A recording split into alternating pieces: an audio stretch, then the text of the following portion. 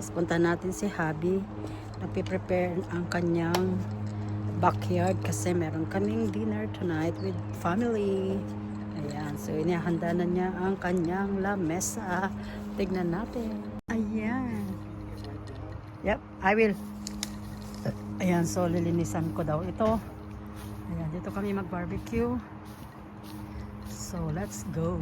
Linisin natin ang ating lamesa. Ayan, naka-ready na ang ating pang-barbecue. So, maya-maya magsisimula na tayo kasi in few hours darating na sila. So, pinapapunasan niya sa akin to. So, punasan natin.